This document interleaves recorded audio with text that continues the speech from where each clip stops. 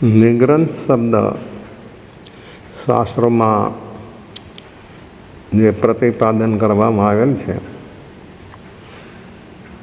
શબ્દ નિગ્રંથ શબ્દ શું સૂચવે છે, શું કહેવા માંગે છે?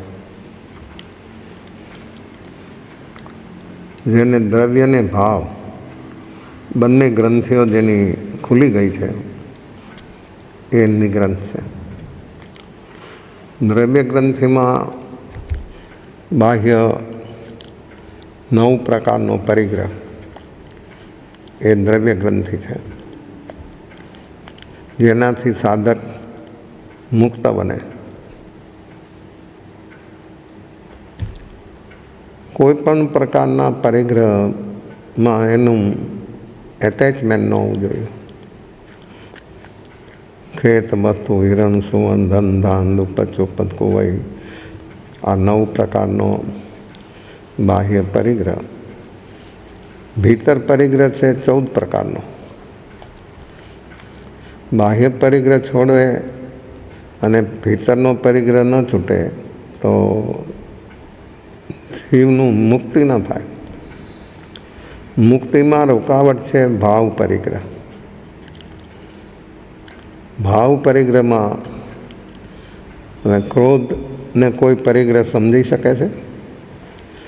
ભાવ પરિગ્રહમાં ભીતરનો પરિગ્રહ, એમાં ક્રોધ, અનંતાનુબંધી ક્રોધ, માન, માયા, લોભ, આ ભીતરનો પરિગ્રહ છે. ક્રોધને કોઈ પરિગ્રહ સમજી શકતું જ નથી. ક્રોધને કોઈ પરિગ્રહ માનવા તૈયાર જ નથી. પણ ગ્રંથિ જે કાંઈ જીવને બને છે, દ્રવ્ય ને ભાવ, એ ક્રોધથી જ બને છે. વ્યક્તિ સાથે જે કાંઈ મનમાં વ્યક્તિ કાંઈ પણ પ્રસંગ હોય અને વાતચીત ચાલતી હોય, એમાંથી માણસ એક ક્ષણમાં ઉગ્ર વાતાવરણ બનાવી દે. સામી વ્યક્તિ પ્રત્યે અંદરમાં જે એને ગ્રંથિ બનાવી છે, એ ગ્રંથિ જ્યાં સુધી હોય ત્યાં સુધી નિગ્રંથ ન બને. તો ભાવ પરિગ્રહમાં આ 4 અનંતાનુબંધી કસાય, મિથ્યાત્વ પરિગ્રહ. નિગોદના જીવમાં પણ મિથ્યાત્વ છે. 3 સ્થાવર જીવોમાં, 5 સ્થાવરમાં સમ્યક દર્શન ન પામ્યા હોય એવા અનંત જીવો છે.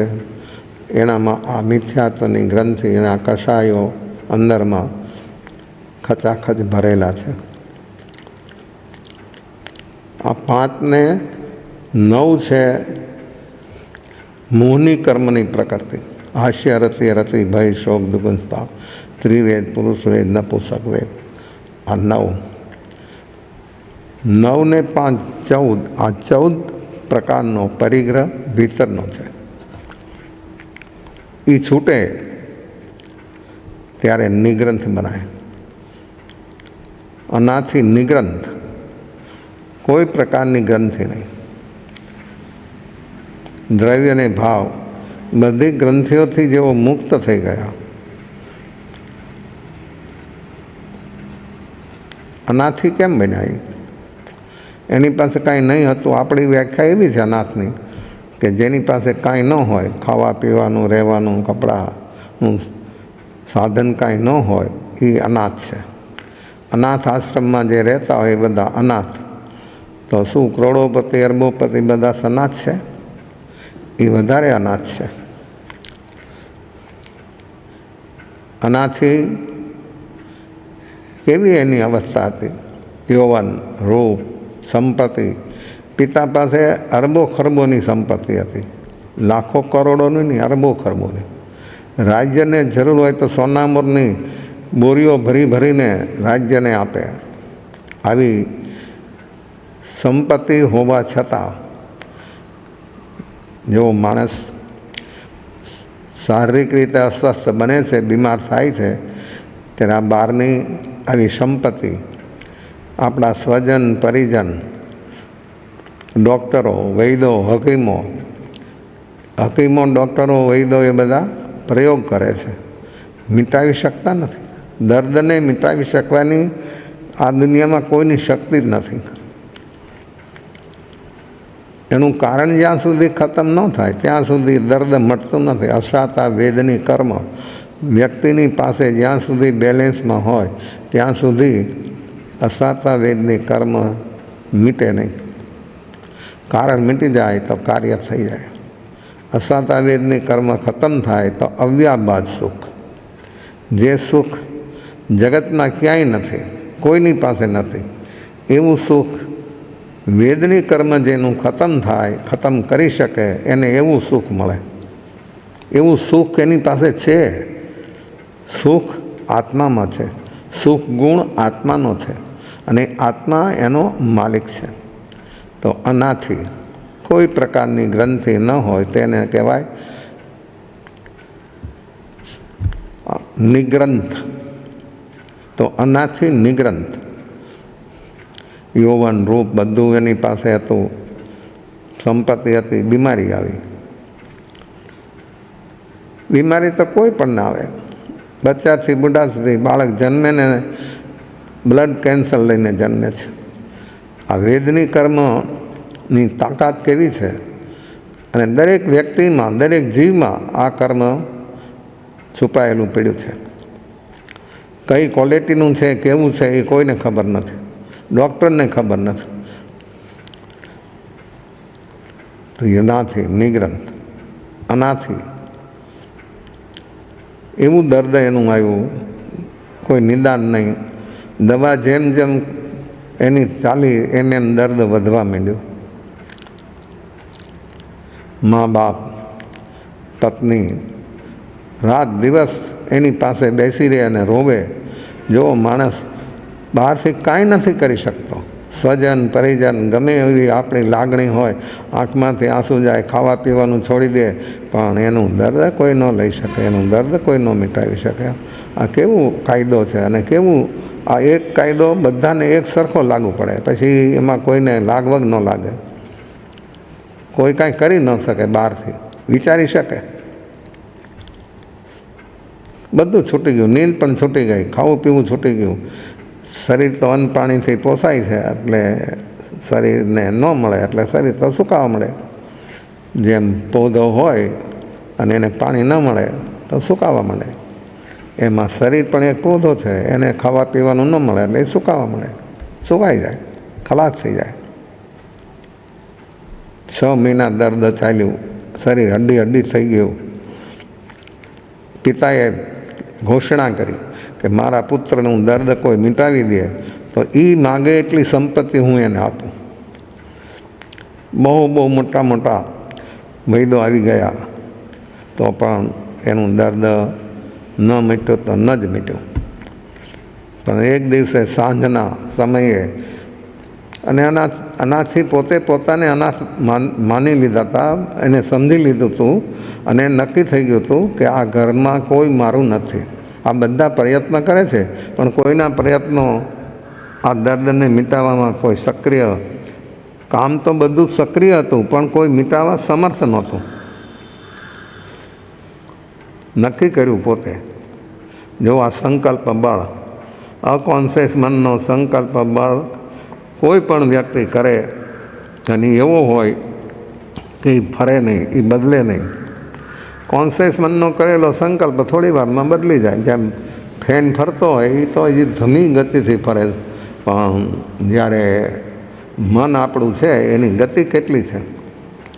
આપણા જાગૃત કોન્શિયસ મનની ગતિ અત્યારે સાયન્ટિસ્ટે અનેક સાધનો બનાવ્યા છે, પણ મનની ગતિને પહોંચી શકે એવું એક પણ સાધન હજી સુધી કોઈ સાયન્ટિસ્ટ બનાવી શક્યું નથી. તો આને સંકલ્પ કર્યો કે જો આ દર્દ મીટી જાય, અને માણસ જ્યારે બીમાર હોય ને ત્યારે ઘણા સારા ભાવમાં હોય, ભગવાનનું સ્મરણ કરે, કારણ એને જીવવું છે, જીવવાની ઈચ્છા છે, મૃત્યુનો ભય છે, એટલે જીવન જોઈએ છે માટે ભગવાનનું સ્મરણ કરે. નાસ્તિકમાં નાસ્તિક હોય ને એ પણ એવું જ્યારે અસાધ્ય બીમારીમાં આવી જાય ત્યારે એ પણ સ્મરણ કરવા મંડી જાય ભગવાનનું.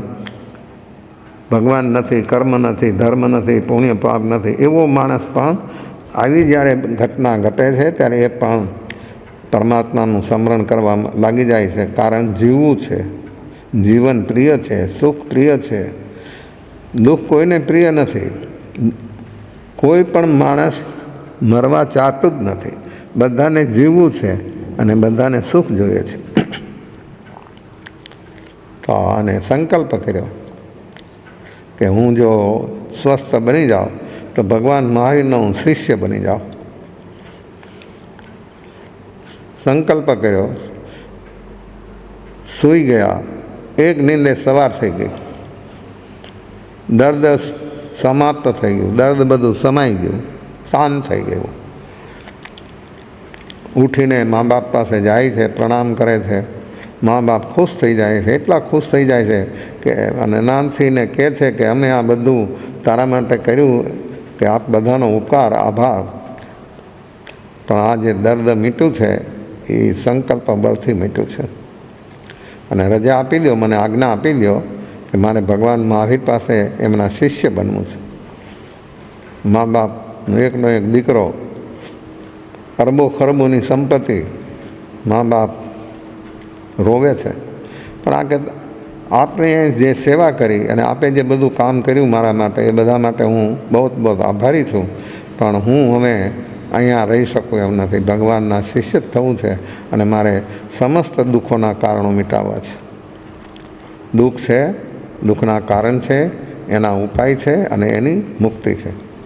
નિગ્રંથ બનવું હોય અને આ ગ્રંથિઓ ખોલવી જ જોઈએ. અને આ ગ્રંથિઓ દ્રવ્ય અને ભાવ ગ્રંથિ ખુલે ત્યારે સમ્યક દર્શન પ્રાપ્ત થાય અને મુનિ જીવન ભાવથી મુનિ બની શકે. તો આનાથી આજ્ઞા આપી મા બાપે ને ભગવાન મહાવીર પાસે જાય છે. ભગવાન મહાવીરને વંદન નમસ્કાર કરીને કહે છે, ભંતે, મારો સ્વીકાર કરો, હું આપના શિષ્ય બનવા માટે આવ્યો છું. ભગવાન મહાવીર એને દીક્ષા આપે છે. સાધનામાં એવા મસ્ત છે, ભગવાનની જે આજ્ઞા થાય એ પ્રમાણે સાધના કરવા માટે હંમેશને માટે તત્પર છે. આવા નિગ્રંથો આજ્ઞાનું પરિપૂર્ણ પાલન કરી શકે છે અને એ પાલન કરવાથી આત્માની મુક્તિ બને છે. આજ્ઞા એક એવી ધર્મ છે, આજ્ઞા એ તપ, આજ્ઞા એ ધર્મ. આ એના જીવનમાં વણાઈ ગયું. અને એક દિવસે આજ્ઞા લઈ ભગવાન મહાવીરની કે આપની આજ્ઞા હોય તો હું અહીંના મંડીકુક્ષ બાગ છે એમાં ધ્યાન કરવા માટે હું જાઉં. ભગવાને કહ્યું કે જા સુહમ, તમારા આત્માને સુખ ઉપજે એમ કરી શકો છો.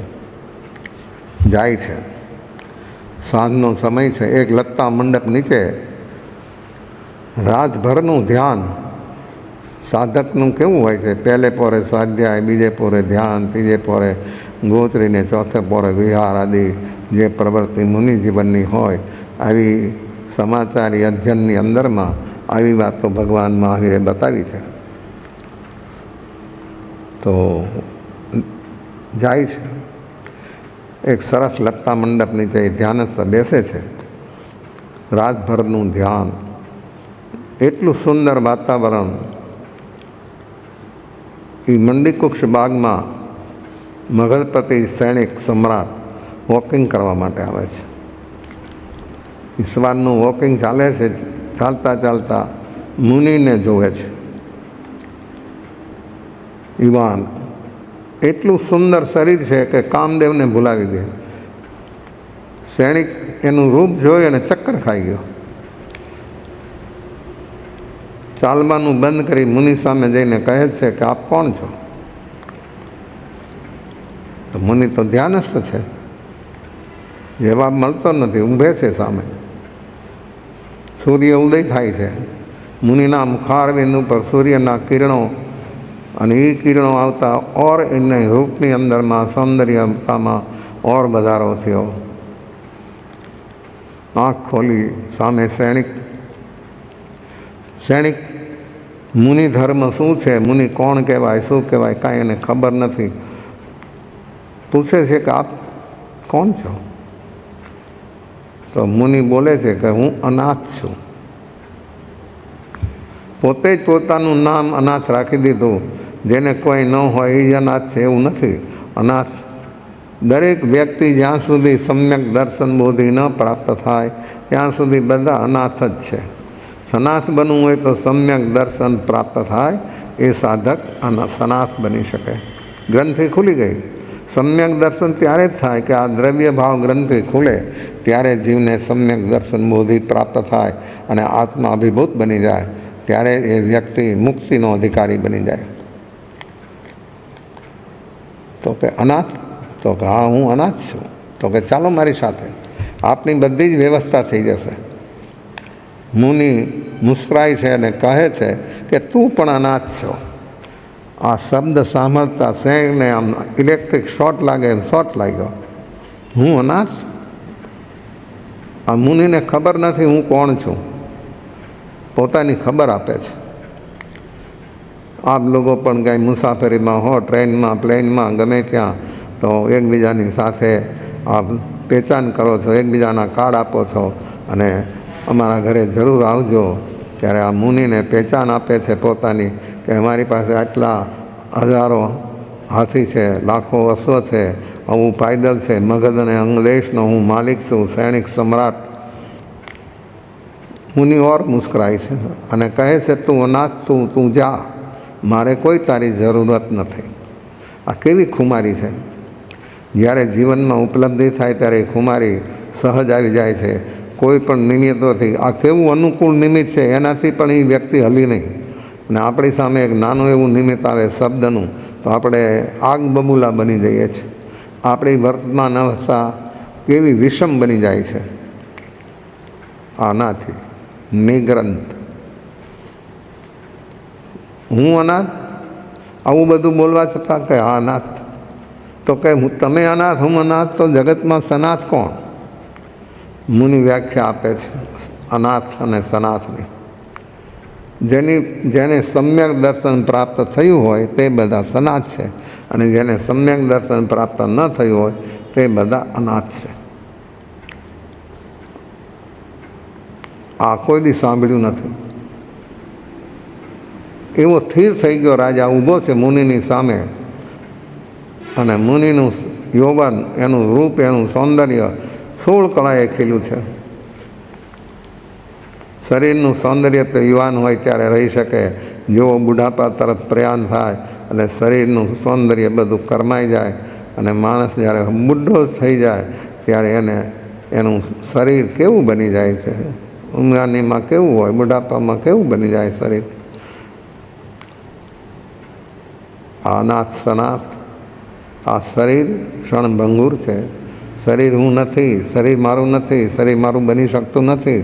આ શરીર બીજાથી મળ્યું છે, છતાં ભ્રાંતિથી માને છે, બોલે છે કે હું શરીર મારું છે જ નહીં. શરીર મારું થઈ શકતું જ નથી. જે જીવ જે ગતિમાં જાય ત્યાં તેને તે શરીર મળે, એ શરીર ત્યાં છૂટી જાય, આત્મા રવાના થઈ જાય. કર્મ બધા સાથે લઈને જાય. શરીર અહીંયા પડ્યું રહે, અને શરીરની તો પાછળથી લોકો રહેલા બધી વિધિ કરે કે જલ્દી કરો, કાંઈ હવે વાર નહીં કરો. એવી વ્યાખ્યા આપે છે મુનિની અનાથ સનાથ. નિગ્રંથ. બધા જ પ્રકારની ગ્રંથિઓ જેની જીવનમાં ખુલી ગઈ છે એ જ નિગ્રંથ છે. અને એવો નિગ્રંથ મુક્તિનો અધિકારી છે, જેને મુક્ત જ થવું છે, જેને હવે જન્મ મરણના ચક્કરમાં ફરવું જ નથી. એવી આ મુનિની વ્યાખ્યા સાંભળી આ સૈનિક ઊભા બેઠો પણ નથી મુનિની સામે, ડૂબી ગયો ભીતરમાં, નિર્વિકલ્પ બની ગયો. કોઈ પણ વ્યક્તિ કાંઈ નથી આવડતું, કોઈ જરૂર નથી, પણ માણસ જો નિર્વિકલ્પ બની જાય, ખાલી 25 મિનિટ નિર્વિકલ્પ અવસ્થામાં ટકી જાય તો સમ્યક દર્શન પ્રાપ્ત થઈ જાય. 25 મિનિટનું કામ છે, અનંત ભવો પસાર થઈ ગયા, છતાં હજી સુધી એનું કોઈ નામ નિશાન નથી. એટલે આત્મા અનાથ જ છે. સનાથ તે જ બની શકે કે જે આત્મા સમ્યક દર્શન બોધિ પ્રાપ્ત થાય. આ સૈનિકનો એવી રુચિ, એવી લગન અને એવો ઉત્કૃષ્ટ ભાવ હતો, સીધું સાયક સંકેત પ્રાપ્ત થઈ ગયું. કેવી હશે એની ભીતરની સ્થિરતા, અને એ સ્થિરતાથી એના જીવનનો ઉદ્ધાર થઈ ગયો. એની કેવી સાયક સંકેત સિદ્ધો. આ પુરુષાર્થ જીવના પ્રમાણે શયોપશમ ઉપશમને સાયક્ષમથી જીવને પ્રાપ્ત થાય. શયોપશમ સમકિત પ્રાપ્ત થાય, 15 ભવ, ઉપશમ સમકિત પ્રાપ્ત થાય તો 7-8 ભવ, અને ક્ષાયક સમ્યક પ્રાપ્ત થાય જેને તેને તે ભવ કે ત્રીજા ભવે નિશ્ચય મુક્તિ બની શકે. એને જગતની કોઈ શક્તિ, કોઈ વ્યક્તિ, કોઈ પદાર્થ, કોઈ નિમિત્ત એને રોકી શકતું નથી. આવું છે નિગ્રંથવાળું. નિગ્રંથ. ત્યારબાદ ભગવાન માયનો સંપર્ક થયો સૈનિકને. ચતુર્વિધ સંઘની કેવી એને સેવા કરી, તન, મન અને ધનથી. અને એ સેવાના સદભાવથી, કરતાપણાના ભાવ વગર. સેવા તો માણસો કરે છે, પણ કરતાપણાના ભાવ. કોઈ પણ સેવા થાય, કોઈ પણ પ્રકારની સેવા કરે, એમાં ક્યાંય કરતાપણાનો ભાવ નહીં. હું કરું છું એવો ભાવ નહીં. બીજા કરે પોતે ને બીજાનું નામ આપે કે આ તો આણે કર્યું છે. કર્યું હોય બીજાએ નામ આપે પોતાનું. આવી જ્યાં સુધી ભાવના અંદરમાં હોય ત્યાં સુધી સેવા ઉગે નહીં. સેવા ઉગે, અને ઉગે તો એનું રિઝલ્ટ મુક્તિ છે. સેવા સેવા જ છે. પણ સેવા અનેક પ્રકારથી સેવા થઈ શકે છે. મનથી, વાણીથી, શરીરથી. કોઈ દુઃખી હોય એને એવા સરસ શબ્દોથી તમે એને બોલાવો તો પણ એ સેવા છે. એને આશ્વાસન સરસ આપો તો પણ એ સેવા છે. એને કાંઈ આપણી શક્તિ હોય ને એની જરૂરત હોય અને તમે જો આપો કાંઈ પણ તો પણ એ સેવા છે. એને એ દુઃખી દર્દી છે અને એની કોઈ ટ્રીટમેન્ટ તમે કરાવો તો પણ એ સેવા છે. સેવા કરનાર વ્યક્તિએ મનમાં કોઈ પ્રકારની અપેક્ષા ન હોવી જોઈએ. કોઈ પ્રકારની અપેક્ષા, માન, સન્માન, કીર્તિ, આબરૂ, પ્રશંસા. કોઈ કહે કે ઓહો તમે તો બહુ સેવા કરો છો, તો પણ અંદરમાં જોવે કે મારામાં અહમ ન આવવો જોઈએ. અને જેને સેવા કરે અને અહમ ન આવે તો એ સેવા એને પરમાત્મા બનાવી દે. એ પરમાત્મા સુધી પહોંચી જાય. આવી છે આ સેવા. અને એ સેવા જીવનમાં સેવા ધર્મો પરમ ગહનો, યોગીને અપગમ્ય. યોગી પુરુષોને પણ સેવા કરવી એ બહુ કઠિન છે. અને સેવાના અંદરમાં કોઈ પ્રકારની આલોકની, પરલોકની, કીર્તિ, આબરૂ, પ્રશંસા, માન, સન્માન કોઈ પણ ઈચ્છા ન હોય અને સેવા થાય તો સચમુચ એ સેવા કરનાર સાધક નિગ્રંથ બની જાય. બધી ગ્રંથિઓથી મુક્ત થઈ જાય અને મુક્તિનો અધિકારી બની જાય. ચતુર્વિધ સંઘની સેવા કરી સૈનિકે તીર્થંકર નામ કર્મ અર્જિત કર્યું. જો આ જીવની અવસ્થા, આ જીવના ભાવ. દરેકે દરેક ક્ષેત્રમાં જે જીવ જે પ્રવૃત્તિમાં જોડાય છે એમાં એનો ભાવ શું છે, એની ભાવની અવસ્થામાં અભિવૃદ્ધિ થાય છે કે કરવા ખાતર કરે છે, મજબૂરીથી કરે છે કે કોઈ ઈચ્છા અપેક્ષાથી કરે છે. તો આ બધું કરવા છતાં પણ એનું પરિણામ 0 હોય છે. અને કરતાપણાના ભાવ વગર માણસ જ્યારે કરે છે ત્યારે એ ક્યાં પહોંચે છે, એની છલાંગ ક્યાં લાગે છે, અને કેવી એની અવસ્થા ભીતરની આંતર અવસ્થા બની જાય છે. તો સેવા મનથી પણ થાય, સેવા વાણીથી પણ થાય, સેવા શરીરથી પણ થાય. તો સેવા અનેક પ્રકારથી છે, અનેક પ્રકારની છે. અને આવી સેવા જે જીવો નિષ્કામ ભાવે કરે છે એ જરૂર મુક્તિના અધિકારી બની શકે છે. તો આ સેવામાં સૈનિક જોડાય છે અને તીર્થંકર નામ કર્મ અર્જિત કર્યું. આ સહી અર્થમાં સૈનિક અત્યાર સુધી અનાથ હતો. જો સમ્રાટ હતો બહારથી, છતાં અનાથ. પણ અનાથી મુનિની વાણી સાંભળી અને સમ્યક દર્શન પહેલું જ પ્રાપ્ત થયું તો એ સનાથ બની ગયો. અને એ સનાથતામાં સર્વોપરી પદ તીર્થંકર નામ કર્મ. સર્વોપરી પુણ્ય જો હોય તો એ તીર્થંકર નામ કર્મ છે. પુણ્ય તત્વ 9 પ્રકારે જે પુણ્ય અર્જિત કરે છે અને 42 પ્રકારે એ ભોગવે છે. એ 42મો પ્રકાર જે છે એ તીર્થંકર નામ કર્મ. તો તીર્થંકર વ્યક્તિ કેવા પુણ્યથી બની શકે? આવું પુણ્ય જે કાંઈ પણ ઈચ્છા અપેક્ષા માગ વગર થયું હોય અને એવી સેવા હોય. ચતુર્વિધ સંઘની સેવા, ચતુર્વિધ સંઘની ભક્તિ, એના પ્રત્યે સાધનની પ્રત્યેની આવી ભક્તિ જેનામાં પ્રગટે તે જીવ આવું તીર્થંકર નામ કર્મ. 20 બોલ છે તીર્થંકર નામ કર્મ બાંધવાના. એમાંથી ચતુર્વિધ સંઘની સેવા કરે, એની વયાવત કરે, એની શુશ્રૂષા કરે તો જીવ તીર્થંકર નામ કરવા અર્જિત કરે છે. આવા ભાવો સાથે જે જીવો વર્તમાનમાં જીવે છે અને આત્મ કલ્યાણ કરવાના ભાવથી જે વ્યક્તિ કદમ ઉઠાવે છે એ જરૂર સહી અર્થમાં નિગ્રંથ બની શકે છે. આવું નિગ્રંથપણું જીવનમાં દરેક વ્યક્તિને પ્રાપ્ત થઈ શકે છે. પ્રકૃતિથી ઉપર ઉઠે આ બધી જે 9 પ્રકારનો પરિગ્રહ બહારનો અને ભીતરમાં 14 પ્રકારનો પરિગ્રહ, એ પરિગ્રહથી મુક્ત થાય તો તે સનાથ બની જાય. પરિગ્રહ ગમે, ઇન્દ્રો પણ એટલો પરિગ્રહ છે તો જ્યાં સુધી પરિગ્રહ હોય ત્યાં સુધી કોઈ સનાથ બની શકતું નથી. પરિગ્રહ હોય પણ જો એનો લગાવ છૂટી જાય તો સમ્યક દર્શન થઈ જાય. સમ્યક દર્શન થઈ જાય તો વસ્તુ હોય, રાજા હોય, સમ્રાટ હોય, તો પણ એનો લગાવ ન હોય, અને લગાવ ન હોય તો એ શ્રાવક પણ બની શકે. સમ્યક દર્શન જીવને પ્રાપ્ત થાય એટલે જીવ સનાથ બને અને પછી આગળ ચાલે યાત્રા. તો 5મું ગુણસ્થાન છે શ્રાવક શ્રાવિકાનું. એ 7 પ્રકૃતિથી ઉપર ઉઠે ત્યારે સમ્યક દર્શન થાય અને 7 ને 4 11 અપ્રત્યાખ્યાની ક્રોધમાન માયાલોભથી ઉપર ઉઠે ત્યારે જીવ શ્રાવક બને. અને 11 ને 4 15 પ્રકૃતિથી ઉપર ઉઠે ત્યારે 6ઠું ગુણસ્થાન નિગ્રંથ. આવું નિગ્રંથપણું જે જીવને પ્રાપ્ત કરવું હોય તે આ મોહની કર્મની પ્રકૃતિઓ છે અને મોહની કર્મની પ્રકૃતિ ઉપર બધા ગુણસ્થાન છે. અને જે ગુણસ્થાન ઉપર જે જીવ હોય ત્યાં એની એ પ્રકૃતિનો ઉપશમ ક્ષયોપશમ થાય ત્યારે જીવ એ ગુણસ્થાન ઉપર પહોંચી શકે છે. તો આવું ભાવથી નિગ્રંથપણું પ્રાપ્ત કરવા માટે વ્યક્તિ હંમેશને માટે ભાવનાશીલ બને અને એવો અંદરમાં એવી સુંદર રૂઢી ભાવનાઓ બને. આવી સુંદર રૂઢી ભાવનાઓ પણ ત્યારે જ બને, ભાવ પણ શુદ્ધ ત્યારે જ બને કે જ્યારે જીવના કષાયો મંદ હોય. કષાયો મંદ થાય તો પુણ્ય થાય, કષાયનો ઉપશમ ક્ષયોપશમ થાય તો ધર્મ થાય, અને કષાયની તીવ્રતા બને તો સંસારની અભિવૃદ્ધિ થાય, જન્મ મરણ વધે. તો ધર્મ સ્વભાવરૂપ આત્મધર્મ, ધર્મ એ આત્માની ચીજ છે, બહારમાં એ છે નહીં, બહારથી મળતો નથી. આવો સ્વભાવરૂપ આત્મધર્મ જેને પ્રાપ્ત કરવો હોય એ આત્મા પહેલાં નિગ્રંથ બને અને સમ્યક દર્શન પ્રાપ્ત થાય તો એ આત્મા સચમુચ જીવનમાં આગળ વધી શકે.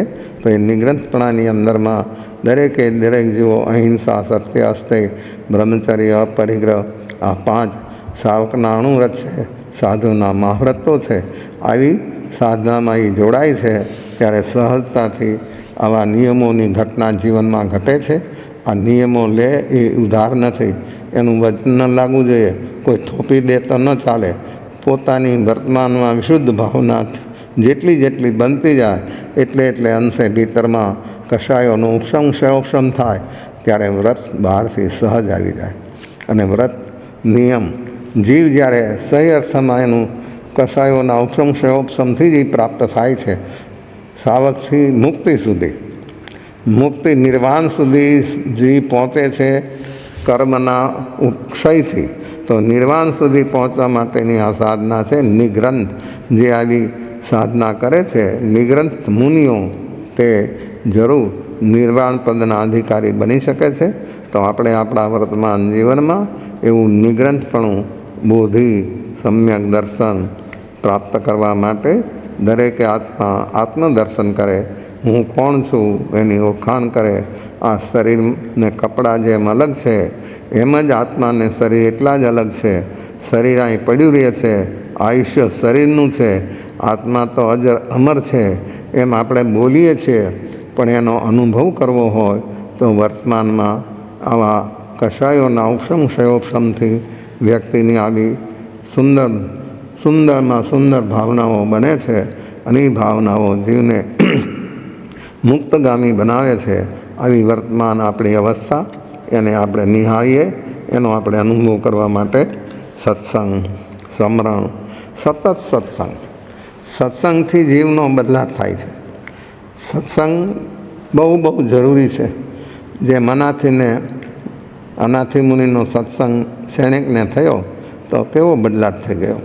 એમ ગમે એવો ડાકુ હોય ભયંકરમાં ભયંકર, તો પણ તે બદલી શકે છે. અને ભગવાન મહાવીરે તો બધી કોમને અપનાવી, ખુદ ક્ષત્રિય હતા, એમના પટશિષ્યો ગણધરો બ્રાહ્મણ હતા. ચંડાળ હરકેશી મુનિ ચંડાળ, એને પણ મુનિ જીવન શીખાયું અને આત્મકલ્યાણ કર્યું. વૈશ્ય વેપારી તો ચારેય વર્ણ, ચારેય અવસ્થા, અતિમુક્ત કુમાર 9 વર્ષની ઉંમર. તો આવી ચારેય અવસ્થા, ચારેય વર્ણ ભગવાન મહાવીરે બધાને સ્વીકાર્યા. કોઈ પણ આત્મા કલ્યાણ કરવાનો અધિકારી છે. જેની અંદરમાં આવી ભાવના બને એ આત્મા જરૂર કલ્યાણ કરી શકે છે. તો આપણે પણ જૈન પરિવારમાં જન્મા, જૈન નામ ધરાવીએ છીએ, પણ આપણે પરિવાર જૈન છે, પણ કર્મથી જૈન નથી. કર્મથી જૈન બની શકાય છે. પરિવારમાં જન્મ થયો ઔપચારિક દ્રષ્ટિથી એમ કહેવાય કે જૈન છે, પણ સહી જૈન તો ત્યારે બને કે જ્યારે દ્રવ્યને ભાવ ગ્રંથિથી મુક્ત બની જાય, ત્યારે એ સહી અર્થમાં જૈન કહેવાય. અને એવું જૈનત્વ જેને પ્રાપ્ત થાય તે જરૂર મુક્ત થઈ શકે. એટલે મુક્તિ અહીંયા થાય છે, રહેવાની જગ્યા ત્યાં છે. ત્યાં બધા મુક્ત આત્માઓ જ છે. ત્યાં કોઈ કોઈને ડિસ્ટર્બ જ ન કરે. અહીંયા બધા કોઈ પણ હોય, કોઈ પણ ક્ષેત્ર હોય, તો પણ અપ્રયોજનભૂત માણસો આવી અને ડિસ્ટર્બ કરે. સાધનાની રુચિ જેને હોય અને એ સાધનામાં રત હોય, તો પણ એને ત્યાં જઈને કાંઈ ને કાંઈ પ્રશ્નો ખડા કરે અને એના જીવનની અંદરમાં એવી વિહવલતાઓ, માણસના મનમાં કેવી વિહવલતાઓ છે, કેવી ચંચળતા છે આપણા મનની. એક ક્ષણમાં આપણું મન ક્યાંથી ક્યાં છલાંગ લગાવે છે. આવી અવસ્થાઓ બધી બને છે આપણી ભીતર રહેલી નેગેટિવ પ્રકૃતિઓ, એનાથી આવી બધી યોગની ચંચળતા બને છે. અને એવી ચંચળતા જ્યાં સુધી હોય ત્યાં સુધી નિગ્રંથપણું ન આવી શકે. નિગ્રંથપણું પ્રાપ્ત કરવું હોય તો આપણે સમાધિસ્થ બનવું પડે, પ્રકૃતિઓથી ઉપર ઉઠવું પડે. તો જ આત્મા સમગ્ર જન્મ જરા અને મરણ એના દુઃખોના કારણોને મિટાવી શકે અને સ્વરૂપમાં સ્થિર થઈ શકે. આવી નિગ્રંથપણાની સાધના દરેક આત્માઓ કરવા માટે ભાવુક બને. સમય મળ્યો છે, શક્તિ છે, બધું જ છે. બુદ્ધિના લેવલથી સમજાય પણ છે. હવે પ્રેક્ટિકલ કરવાની વાત છે.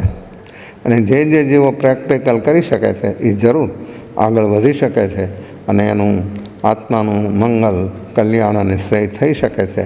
આપણે આપણું જ મંગલ, કલ્યાણ, શ્રેય કરવું હોય તો આપણે અત્યારે જાગીએ. ને જે જાગી શકે છે એ બધું જ પોઝિટિવ કામ કરી શકે છે. બેહોશીમાં બધું નેગેટિવ થવાનું. ત્યાં પ્રકૃતિનું સામ્રાજ્ય છે બેહોશીમાં. અને જેવો હોશ પ્રગટે એટલે પ્રકૃતિ સાથેનું કનેક્શન છૂટતું જાય અને હોશ વધતો જાય, એમ પ્રકૃતિનું કનેક્શન છૂટતું જાય અને પૂર્ણ કનેક્શન છૂટી જાય તો આત્મા પરમાત્મા બની જાય. આપણે આપણા આત્માનું સ્વરૂપ જ પરમાત્મા, હું પરમાત્મા જ છું. અને પરમાત્મા સ્વરૂપ આત્મા પણ જીવાત્મામાંથી પરમાત્મા થાય. તો જીવાત્મા ત્યાં સુધી છે કે જ્યાં સુધી આ બોજ ઉપાડે છે કર્મનો, ત્યાં સુધી એ જીવાત્મા છે. અને બોજ બધો ઉતારી દે, ખતમ કરી નાખે તો એ આત્મા પરમાત્મા છે.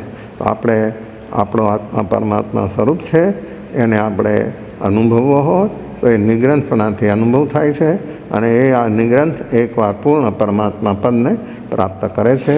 એવા પરમાત્મા પદને આપણા ભાવપૂર્વક નમસ્કાર.